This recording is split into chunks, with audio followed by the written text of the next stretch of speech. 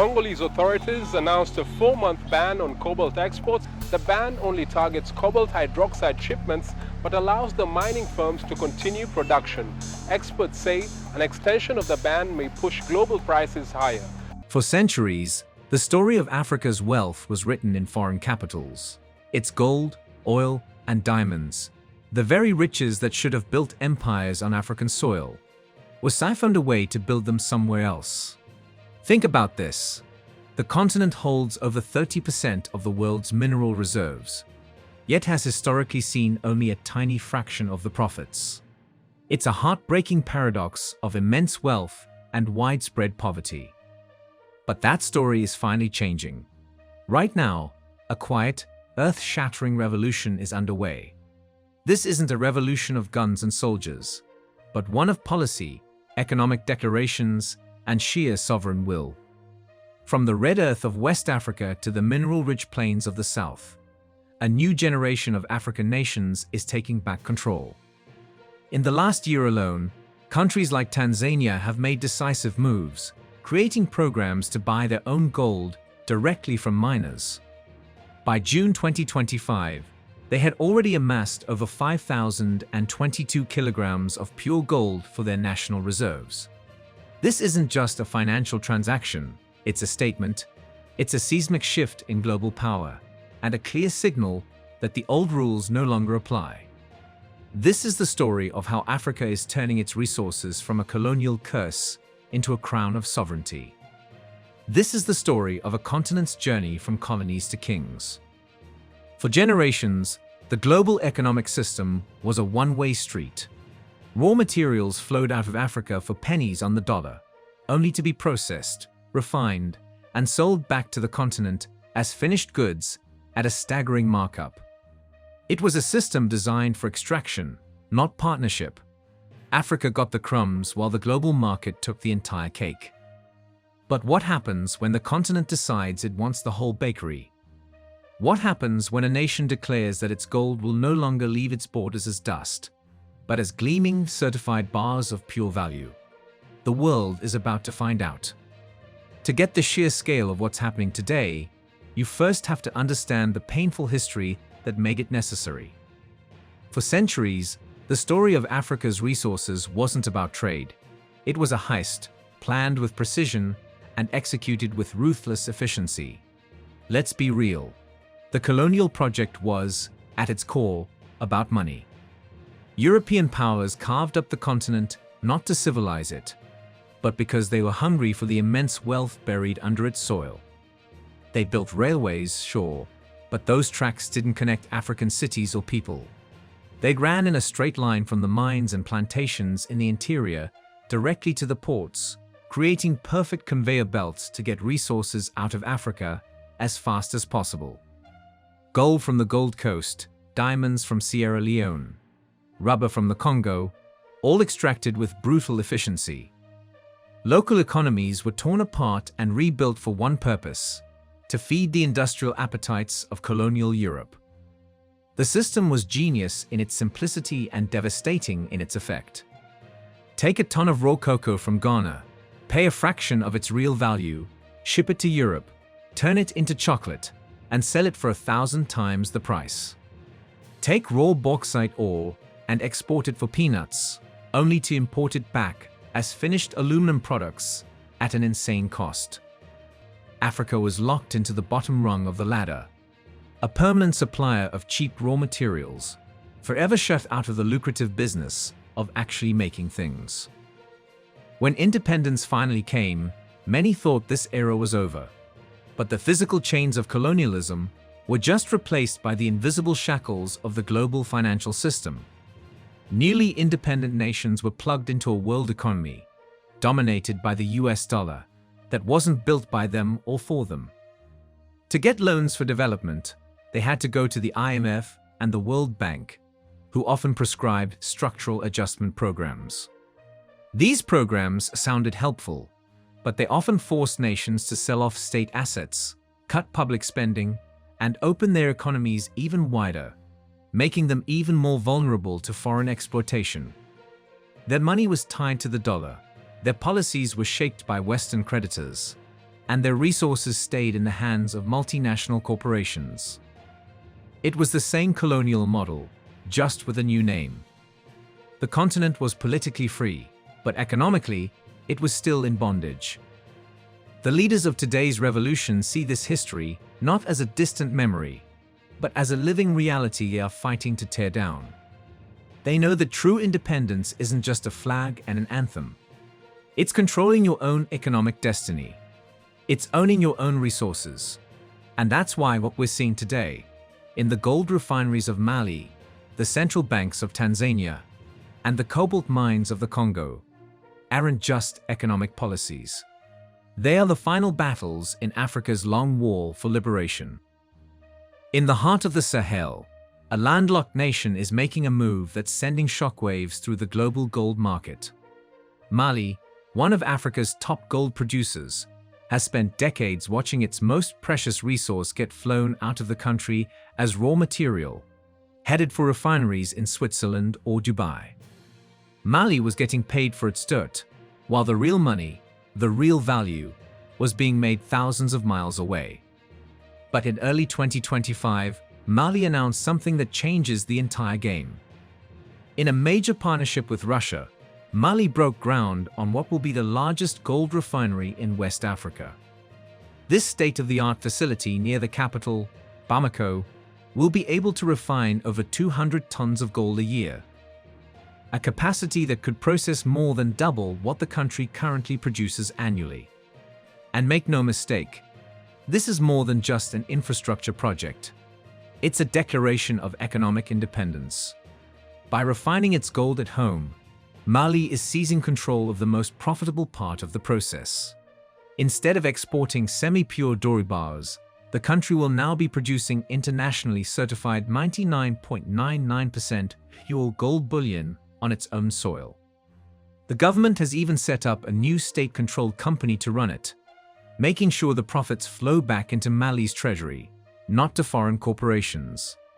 The refinery is expected to create over 1,500 jobs and will allow Mali to build up its own national gold reserves, giving it a powerful shield against the whims of international creditors and the volatility of the US dollar.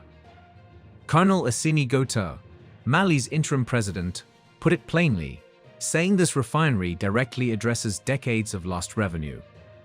This move also cements a major geopolitical pivot. Mali's government has recently shifted away from traditional Western allies like France and forged a deep strategic partnership with Russia. This deal has rattled Western capitals, who are watching their long-held influence in the region fade. For Mali, it's a calculated gamble. They're betting that by taking control of their gold, they can rewrite their economic future. They are betting that true sovereignty isn't just declared, it's forged in the fire of a refinery. And it's a gamble that is inspiring a continent, because this golden revolution doesn't stop in Mali. Mali isn't fighting this battle alone. Across the continent, a new gold standard of sovereignty is being set, with nations finding clever ways to use their mineral wealth for their own empowerment. Two of the best examples are Ghana and Tanzania. First, let's look at Ghana, a nation whose old name, the Gold Coast, tells you everything you need to know about its history. Today, Ghana is Africa's top gold producer, and it's pioneering a policy so bold it could redefine global trade: gold for oil. For years, Ghana was stuck in a classic trap. It needed to import fuel to power its economy, but to buy that fuel, it needed US dollars. This constant demand for dollars weakened its own currency, the cedi, which drove up inflation. It was a vicious cycle. The solution, introduced in late 2022, was as brilliant as it was simple. Instead of burning through its dollar reserves to buy oil, Ghana would just use its gold. The Bank of Ghana started buying gold from local miners with local currency, and then used that gold in a direct barter deal to pay for oil imports. The impact was immediate. By cutting out the US dollar, the Gold for Oil program stabilized the cedi and helped slash inflation from a staggering 54% down to 23.5%. While the program was paused in early 2025 for a review after some reported financial losses, its initial success was a powerful proof of concept. African nations can create their own trade systems outside the dollar's grip. And in April 2025, Ghana went even further, centralizing all artisanal gold exports under a new state-owned company to tighten its control and keep more revenue at home. Now, let's head east to Tanzania, which has launched one of the most direct campaigns for economic sovereignty on the continent. President Samia Suluhu Hassan's government has made its position crystal clear. Tanzania's gold will first be used to strengthen Tanzania. Through its domestic gold purchase program, the Bank of Tanzania is systematically buying up gold from the country's own miners and refiners. And this isn't some small experiment. As of June 2025, the central bank had already bought over 5,022 kilograms of pure gold, a strategic hoard worth over $500 million. The governor of the Bank of Tanzania said the program is all about building financial independence with their own resources. In June 2025, they made the policy official, sealing deals that require major mining companies to sell at least 20% of their refined gold directly to the central bank. What Tanzania is doing is building a financial fortress. Every bar of gold added to its vaults is a step away from dependency on foreign loans and aid. It's a shield against global economic shocks. By holding a real asset like gold, Tanzania is taking direct control of its monetary future. Together, Ghana and Tanzania are showing that whether it's through clever barter deals or building up national reserves, the path to the throne is paved with their own gold. This revolution isn't just happening in the gold mines. It's also happening in the oil fields. For decades, African oil has been the textbook example of the resource curse. A tragic story where immense underground wealth fueled corruption, conflict, and environmental disaster, while the profits lined the pockets of foreign oil giants. But here too, the tide is turning, as nations like Nigeria and Angola fight to make their black gold a source of genuine black power. Nigeria, Africa's biggest oil producer, is the classic petrostate. Oil accounts for nearly all of its export earnings. That wealth should be enough to transform the nation of 200 million people. Yet, for too long, it's been a source of staggering inequality. The environmental damage in the Niger Delta is a global shame, with communities living among oil spills and gas flares. Corruption has siphoned away billions of dollars meant for the public good. But that narrative is slowly, painfully being challenged. There's a growing roar from the Nigerian people demanding accountability. The government is being forced to confront the failures of the past with reforms aimed at increasing transparency and ensuring a fairer distribution of revenues. The fight is huge, but the struggle to make Nigeria's oil wealth work for all Nigerians is at the very heart of this new push for sovereignty. It proves that reclaiming power isn't just about taking on foreign companies, it's about demanding more from your own leaders. Travel south, and you find Angola, another nation whose story is shaped by oil. As Africa's second-largest producer, its petroleum wealth was key to ending a brutal civil war and rebuilding a shattered country. Oil money rebuilt roads, bridges, and cities, turning Angola into a major player on the continent. But like Nigeria, Angola has struggled to share that wealth. For years, it remained concentrated in the hands of a small elite. The challenge for Angola today is to move beyond just post-war recovery and build a truly sustainable economy. The government is pushing to diversify away from oil, investing in farming, tourism, and manufacturing. It's also pushing for greater Angolanization of the oil industry, making sure more contracts and jobs go to local companies and workers. The stories of Nigeria and Angola are critical because they add a dose of reality to this story of empowerment. They show that the road from colony to kingdom isn't straight or easy. It's littered with internal challenges. But they also show an unstoppable determination to overcome them. and a continent-wide awakening to the fact that natural resources are a means to an end. Building stable, prosperous societies where the wealth of the land finally belongs to its people. If gold is the crown and oil is the engine, then the future of this new Africa is powered by something else entirely: strategic minerals. As the world sprints towards a green energy future, it's realizing that the road to that future runs straight through Africa. And at the center of it all is the Democratic Republic of Congo, DRC.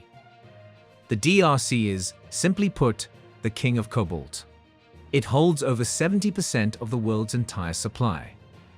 Cobalt is the magic ingredient in the lithium-ion batteries that power our smartphones, our laptops, and most importantly, the electric vehicles that are supposed to save our planet. Without the DRC, there is no green revolution. Period. For years, this strategic power didn't translate into wealth for the Congolese people. It was the same old story. Foreign companies extracted the cobalt, often under horrific labor conditions, and shipped it abroad for processing, leaving the DRC with pennies on the dollar. But the DRC is waking up to its own power. The government is no longer willing to be a passive supplier. In a stunning move in February 2025, the DRC announced a temporary ban on the export of raw cobalt. The move was designed to send a clear message: the era of cheap, unprocessed Congolese cobalt is over. This ban, which was extended in June 2025, is a strategic power play to force companies to invest in refining facilities inside the DRC. The goal? Move up the value chain. Instead of just exporting rocks, the DRC wants to export higher value products and is projected to boost its GDP contribution by up to 20% in the process. This has sent shivers through the market and forced global manufacturers to rethink their entire supply chain, proving just how much leverage the DRC really holds. And this strategic muscle flexing isn't just in the DRC. Look at Zimbabwe, which has become Africa's top producer of lithium, another key battery ingredient. In 2022, Zimbabwe banned the export of raw lithium ore. It has since announced that by 2027, all exports of semi-processed lithium will also be banned. This is a clear, calculated strategy to build a domestic processing industry. Chinese companies, which have invested over $1 billion in Zimbabwe's lithium, are now being forced to build plants inside the country to refine the material. It's a direct challenge to the old colonial model. From cobalt to lithium, African nations are realizing they hold the keys to the 21st century economy. They're turning their geological luck into geopolitical leverage, ensuring that the battery that powers the world's future will also power a new sovereign Africa. These individual actions in Mali, Ghana, and the DRC are powerful sparks. But for a true continental fire, you need to fan them into a collective flame. The leaders of this new era know a fundamental truth. One nation can demand change, but a united continent can dictate the terms. This is the vision behind the African Continental Free Trade Area. Launched for trading in 2021, the African Continental Free Trade Area is way more than a trade deal. It's the blueprint for a new, integrated African economy. The goal is to create a single market of over 1.3 billion people, a massive economic bloc that will eventually allow goods, services, and money to move freely across the continent. For resource-rich nations, the African Continental Free Trade Area is a game-changer. It's a platform to coordinate their policies and, most importantly, to negotiate with global powers as a single, unified bloc. Imagine a future where Africa doesn't negotiate with Europe or China as 54 separate countries, but as one economic powerhouse. The bargaining power would be off the charts. The African Continental Free Trade Area is designed to break the old cycle of exporting raw materials. The vision is for an interconnected Africa where the DRC mines the cobalt, Zambia manufactures the battery parts, Nigeria produces the battery cells, and Kenya assembles the final electric cars, which are then sold across a tariff-free continent. The wealth, the jobs, the technology, it all stays in Africa. This is the ultimate antidote to the colonial economic model. It's a plan to build supply chains across Africa to replace the extractive ones that have pointed out of Africa for centuries. Of course, the challenges are massive. Right now, African countries trade more with Europe and Asia than with their own neighbors. Only about 15% of trade stays on the continent. There are huge gaps in infrastructure, from roads and ports to reliable power. And getting 54 different nations to align their trade laws is a monumental task. Yet, the political will is there. Nearly every African nation has signed on. And new tools like the Pan-African Payment and Settlement System, PAPSS, are being rolled out to let countries trade with each other in their own currencies. A direct shot at the continent's reliance on the US dollar. The African Continental Free Trade Area is the long game. It's the framework that can turn today's individual acts of sovereignty into a permanent, structural transformation. It is the ultimate expression of Pan-Africanism. The idea that in unity lies not just strength, but true economic kingship. Now, it would be easy to paint this as a seamless, triumphant march to the throne. But that would ignore the very real obstacles on the path. This journey is a difficult climb, and the biggest challenges are often internal. The legacy of colonialism left behind deep structural weaknesses. Corruption remains a massive hurdle.